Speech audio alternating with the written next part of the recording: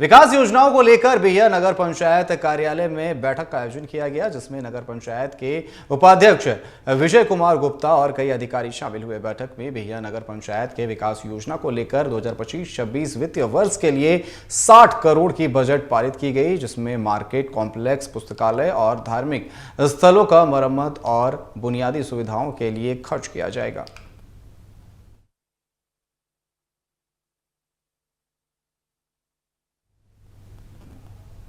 वहीं मधुबनी जिले में भाकपा माले की ओर से जिला समाहरणालय के सामने धरना दिया गया। अपनी विभिन्न मांगों को लेकर एक दिवसीय धरना देते हुए उन्होंने अपनी मांगों को रखा, जिसमें सैकड़ों की तादाद में लोग शामिल हुए। इस दौरान जिला पदाधिकारी को 5 सदस्यीय टीम ने ज्ञापन सौंपा और प्रमुख मांगों को जल्द से जल्द पूरा करने की बात रखी।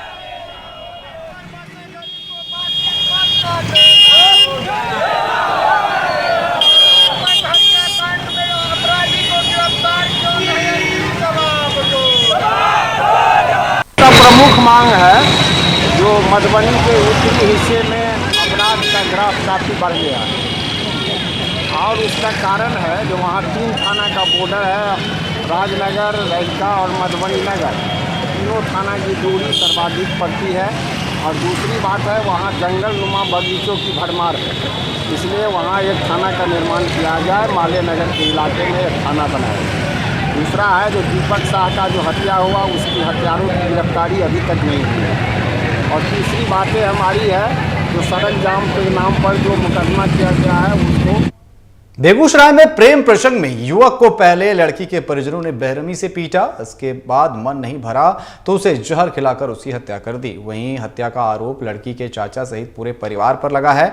घटना तेघड़ा थाना क्षेत्र के नौटोलिया गांव का बताया जा रहा है। मृतक युवक की पहचान तेघड़ा थाना क्षेत्र के नौटोलिया गांव के रहने वाले विजय महतो के पुत्र रोशन कुमार के रूप में की गई है। वहीं घटना के बाद से लड़की के सभी परिजन घर छोड़कर फरार बताए जा रहे हैं। इस घटना के संबंध में मृतक के भाई गुलशन कुमार ने बताया कि गांव के ही रहने वाले शादीशुदा लड़की के साथ रोशन कुमार का पिछले कई वर्षों से प्रेम प्रसंग चल रहा था। गांव में कई बार पंचायत हुआ, वहीं पंचायत होने के बाद रोशन कुमार लड़की से दूर हो गया, लेकिन इसके बावजूद भी लड़की रोशन कुमार के ऊपर शादी करने का दबाव बना रही थी, लेकिन रोशन शादी करने को तैयार नहीं था, इसलिए उसकी हत्या कर दी गई। फिलहाल तेघड़ा थाने की पुलिस ने शव को अपने कब्जे में लेकर पोस्टमार्टम के लिए सदर अस्पताल भेज दिया है और पूरे मामले की कार्रवाई में जुट गई है।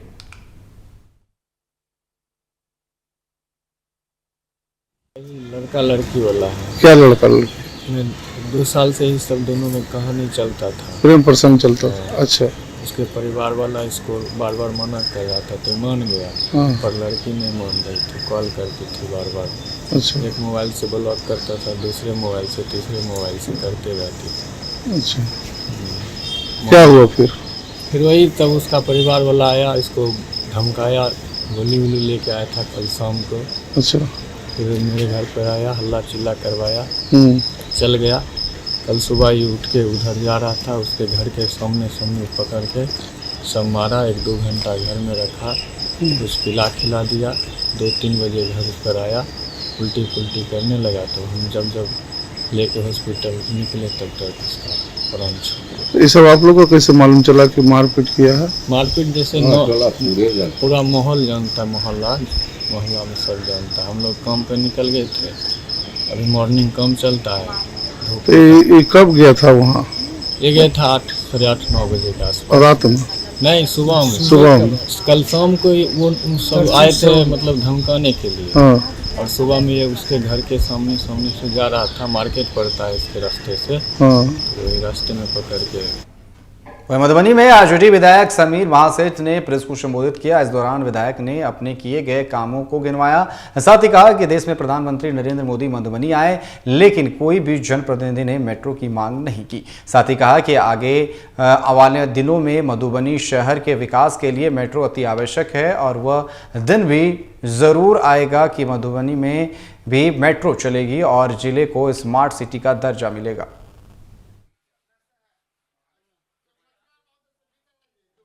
कि जब एक एमएलए 100 सड़क बना सकता है, एमपी से क्या अपेक्षा है, नगर निगम से क्या अपेक्षा है, वो आप कैलकुलेट कर लीजिए।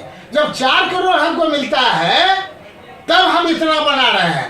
और जिसको 50 करोड़ मिलता है नगर निगम को, क्या कर रहा है? ये आपको पूछ रहा है प्रश्न। हम उनका है कि हम विधानसभा में क्वेश्चन करते हैं, तब इसके बाद किंग्स कैनाल, राजकैनाल को 104 करोड़ दिलवाया। इससे पहले कौन दिलाया हम नहीं समझते हैं। रेलवे स्टेशन जब 2015 में हम आए थे, worst railway station in India था मधुबनी। बिहार की सियासत बिना जात पात के संभव ही नहीं है। मुद्दा कोई भी हो, उसे जाति के बंधन से बांध कर देखा जाता रहा है। अब देखिए ना, कल तेजस्वी यादव पासी समाज के सम्मेलन में शामिल हुए और वहां पर ताड़ी का मुद्दा उछालकर बिहार की सियासत में भूचाल सा ला दिया। शराबबंदी को लेकर पहले से सवाल उठ रहे थे, तो दूसरी तरफ तेजस्वी ने ताड़ी का जिक्र कर दलित समाज का 20% वोट और 1% पासी समाज के वोट पर सीधा सीधा अपना दावा ठोक दिया। वहीं कुछ घंटे भी नहीं बीते होंगे कि प्रशांत और चिराग ने कद्दावर नेताओं ने इस मुद्दे पर अपना समर्थन दे दिया। वैसे ये कहा जाता है कि ताड़ी देसी एनर्जी ड्रिंक है, लेकिन बिहार की सियासत में इन दिनों काफी एनर्जी भी दे रहा है। फिलहाल ये रिपोर्ट देखिए और ताड़ी की इर्द गिर्द हो रही सियासत पर जोर दीजिए। और ये महाजुटान आप लोगों के न्याय दिलाने के लिए ये महाजुटान हुआ है। बिहार विधानसभा चुनाव से पहले सियासी समीकरण को साधने में जुटे तेजस्वी यादव ने पटना में पासी समाज और उसके व्यवसाय ताड़ी को लेकर समर्थन क्या कर दिया। राजनीतिक गलियारे में हलचल तेज हो गई। फिर क्या सभी राजनीतिक पार्टियां पासी समाज के शुभचिंतक बन गई। इस दलित जाति के भविष्य की चिंता सबको सताने लगी, तो राजद के धूल विरोधी रहे प्रशांत भी पहली बार तेजस्वी के समर्थन में सियासी तान छेड़ दिए। चलिए कम से कम एक कदम तो बढ़े। जन सुराज और प्रशांत किशोर पहले हम लोग हैं जिन्होंने कहा कि शराबबंदी को हटाया जाना चाहिए। लोगों ने कहा क्यों कह रहे हैं ऐसी बात? भाई शराबबंदी इसलिए हटाने की बात कर रहे हैं कि पहली बात तो शराबबंदी बिहार में है ही नहीं। दरअसल रविवार को राजधानी पटना में तेजस्वी यादव ने ताड़ी व्यवसाय से जुड़े पासी समाज की महाजुटान कर बिहार में होने वाले विधानसभा चुनाव के लिए समर्थन मांगा और सरकार बनाने के बाद ताड़ी व्यवसाय को शराबबंदी कानून से अलग करने का भरोसा दे दिया। तेजस्वी यादव ने अपने संबोधन के दौरान कहा कि शराबबंदी कानून के कारण आज पासी समाज के कई लोग जेल में बंद हैं, उन्हें भी जेल से निकाला जाएगा। पिछड़े समाज के 100% में से 99% पिछड़ा, अति पिछड़ा और सबसे ज्यादा दलित आदिवासी समाज का लोग बड़ा पड़ा है। जेलें भरी हुई हैं, जेल में जगह नहीं है। कितना ऐसा लोग है कि बेल नहीं करा पा रहा है क्योंकि पैसा नहीं है। इस मौजूदा सरकार को आप लोग देने का काम करें और अपने सम्मान को, अपने गौरव को और जो परंपरा चली आई थी, जो व्यवसाय आप लोगों का चलता था, वो चालू होना चाहिए। और इसको हम लोग मिल करके 2025 के अंत तक हम लोग जो है आप लोगों को न्याय दिलाने का हम लोग काम जरूर करेंगे। वही जहां एक तरफ तेजस्वी यादव ने बड़ा दावा किया, तो दूसरी तरफ बीजेपी के नेताओं ने तेजस्वी पर ही हमला बोल दिया। डिप्टी सीएम सम्राट चौधरी और स्वास्थ्य मंत्री मंगल पांडे ने कहा कि सरकार ताड़ी व्यवसायियों के लिए बहुत कुछ कर रही है। मतलब ही है अपराधी।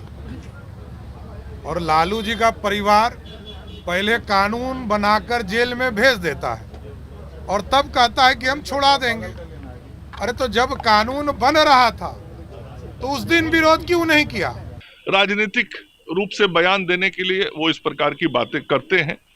ना तो वो कुछ कर सकते हैं इस राज्य के हित में, राज्य के विकास के लिए, ना उन्होंने किया। 2 बार उनको उप मुख्यमंत्री के रूप में अवसर मिला। तो इधर जहां एक तरफ तेजस्वी यादव पर एनडीए के नेता हमलावर है, तो दूसरी तरफ सियासी सरजमी की तलाश में जुटे प्रशांत किशोर ने समर्थन कर दिया है। प्रशांत किशोर ने भले ही तेजस्वी का समर्थन किया है, लेकिन कहीं ना कहीं उन्होंने इस दलित जाति को साधने का बड़ा सियासी दाव भी चल दिया है। बिहार में पासी समाज और खासकर ताड़ी व्यवसाय से जुड़े लोगों की संख्या मात्र 1% है, लेकिन शराबबंदी के बाद खासकर दलित और गरीबों के लिए ताड़ी एक सहारे के रूप में रहा है। और अगर तेजस्वी अपनी दावे से इस समाज को पाटने में सफल होते हैं, तो बिहार में 20% की आबादी वाले दलित समाज सरकार बनाने के लिए बड़ी तुरूप का इक्का साबित हो सकते हैं, जिसे कोई भी छोड़ना नहीं चाहता है। TV45 के लिए पटना से राजीव कमल की रिपोर्ट। हम पार्टी के संरक्षक जीतन राम मांझी देश के गृह मंत्री अमित शाह से मुलाकात की। दोनों के बीच सीटों को लेकर चर्चा हुई। मुलाकात करने के बाद जीतन राम मांझी ने कहा कि हम बिहार के मुख्यमंत्री नीतीश कुमार के नेतृत्व में चुनाव लड़ेंगे और एनडीए 225 सीटों से जीतेगी। इसको लेकर असमंजस की स्थिति बनी हुई है। क्या गृह मंत्री जी से इस संबंध में बातचीत? कोई असमंजस की स्थिति नहीं है और गृह मंत्री जी से इस पर बातें नहीं हुई है। हम लोग मान चुके हैं कि वहाँ नीतीश कुमार के नेतृत्व में चुनाव लड़ेंगे और अगला चुनाव 225 सीट जीत के आवेंगे और नीतीश कुमार को ही वहाँ का मुख्यमंत्री हम लोग नामित करेंगे, बनाएंगे, जो वहाँ के मतदाता बनाएंगे। क्योंकि चिराग पासवान कह रहे हैं उनको बिहार की राजनीति बुला रहा है, बिहार की राजनीति में इंटरेस्टेड है। हम भी चिराग पासवान की बात सुने। उन्होंने इस बार नहीं कहा है, लेकिन कहा है कि बिहार की राजनीति करेंगे। तो कहीं की कोई राजनीति करेंगे उसमें रोक कहाँ है? जैसी उनकी इच्छा होगी वो करेंगे। लेकिन ये भी उन्होंने कहा कि इस बार हम ऐसा कुछ नहीं करेंगे, हम जहाँ हैं वहाँ